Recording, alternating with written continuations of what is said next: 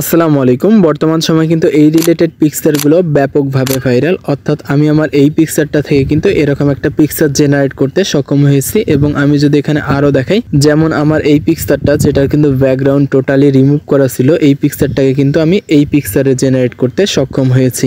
তো আমাদের মধ্যে অনেকেই কিন্তু জানি যে এই ফটোগুলো চ্যাটজিপিটির সাহায্যে জেনারেট করা যায়, কিন্তু বর্তমান সময়ে কিন্তু চ্যাটজিপিটির সাহায্যে এই ফটোগুলো আর জেনারেট করা যাচ্ছে না। তো আমার ফোনে কিন্তু অলরেডি চ্যাটজিপিটির যে অফিসিয়াল অ্যাপস সেটা কিন্তু রয়েছে এবং আমি এই চ্যাটজিপিটির সাহায্যে কিন্তু এই ফটোগুলো জেনারেট করার অনেক ট্রাই করি, কিন্তু চ্যাটজিপিটির সাহায্যে কিন্তু আমি এই ফটোগুলো জেনারেট করতে সক্ষম হতে পারি নাই। কারণ আপনি যদি এই চ্যাটজিপিটির সাহায্যে এই ফটোগুলো জেনারেট করতে চান তাহলে আপনাকে চ্যাটজিপিটির যে পেইড ভার্সনটা আছে, পেইড ভার্সনটা ক্রয় করতে হবে। অনেকের ক্ষেত্রেই দেখা যায় 2টা থেকে 3টা ফটো আপনাকে ফ্রি জেনারেট করে দিবে, তারপরে কিন্তু আপনি চাইলেও আর এখান থেকে ফটো জেনারেট করতে পারবেন না।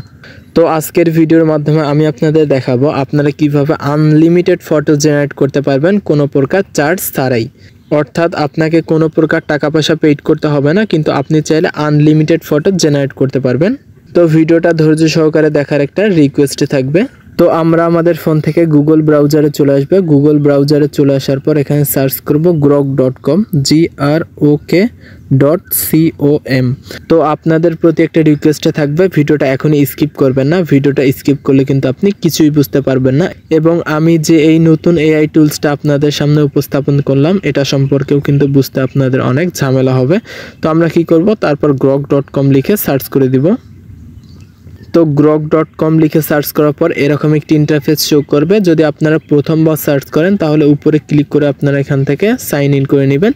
সাইন ইন করে নেওয়ার পর এরকম একটি ইন্টারফেস শো করবে। তো এখান থেকে আমি যদি আপনাদের মার্ক করে দেখাই, তো এই যে একটা আইকন দেখতে পাচ্ছেন, এই আইকনটার উপর আপনাদের ক্লিক করতে হবে। এখানে ক্লিক করার পর এখানে দেখতে পাচ্ছেন সিলেক্ট ফাইল। যদি আমি এটাও আবারও সিলেক্ট করে দিই আপনাদের বোঝার সুবিধার্থে, সিলেক্ট ফাইলে ক্লিক করে দিব। সিলেক্ট ফাইলে ক্লিক করার পর এখান থেকে ফটো অ্যান্ড ভিডিওতে ক্লিক করে দিব। ফটো অ্যান্ড ভিডিওতে ক্লিক করার পর অবশ্যই তো আমরা একটা ইমেজ জেনারেট করব, তো এখান থেকে ইমেজে ক্লিক করে দিব। ইমেজে ক্লিক করার পর আমরা যে ফটোটা জেনারেট করতে চাচ্ছি সেই ফটোটা আমরা এখান থেকে সিলেক্ট করে দিব। তো আমি এই ফটোটা জেনারেট করব, আমি এখান থেকে এই ফটোটা সিলেক্ট করে দিচ্ছি। তো সিলেক্ট করে দেওয়ার পর এরকম একটি ইন্টারফেস শো করবে। তো এখানে ফটোটা কিন্তু লোডিং হচ্ছে, আমি আবার মার্ক করে যদি দেখাই, এখানে কিন্তু ফটোটা একটু লোডিং হবে। তো আপনাদের কিন্তু এই বিষয়টা লক্ষ্য করতে হবে। তো তারপর নিচে যে ফর্মটা দেখতে পাচ্ছেন এখানে কিন্তু আপনাদের একটা ডেসক্রিপশন বসাইতে হবে। তো এখানে ডেসক্রিপশনে আপনি লিখবেন মেক এ স্টুডিও গ্লিবেল আর্ট। তো এখানে লেখার পর কি করবেন, এখানে যে টিক চিহ্নটা দেখতে পাচ্ছেন এখানে ক্লিক করে দিবেন।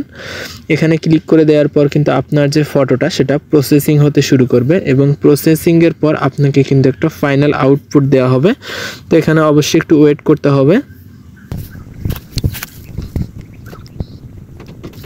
তো এখানে দেখতে পাচ্ছেন আমেজিং একটা লুক কিন্তু আমাদের প্রোভাইড করতেছে এবং পিকচারটা কিন্তু আসলেই অসাধারণ। তো এখান থেকে যদি আমি পিকচারটার উপর ট্যাপ করে ধরে রাখি, তারপর এখানে দেখতে পাচ্ছেন ডাউনলোড ইমেজ। তো আমরা এখান থেকে ডাউনলোড ইমেজে ক্লিক করে দেওয়ার পর কিন্তু ডাউনলোড এগেইন নামে একটা বাটন এখানে শো করবে। এখান থেকে ক্লিক করে দিলে কিন্তু আমাদের যে ইমেজটা আছে সেটা ডাউনলোড হয়ে যাবে। তো আমি যদি এখান থেকে গ্যালারিতে চলে যাই, তো গ্যালারিতে চলে আসার পর কিন্তু আমরা দেখতে পাচ্ছি যে ইমেজটা আসলে কতটা প্রসেসিং হয়েছে।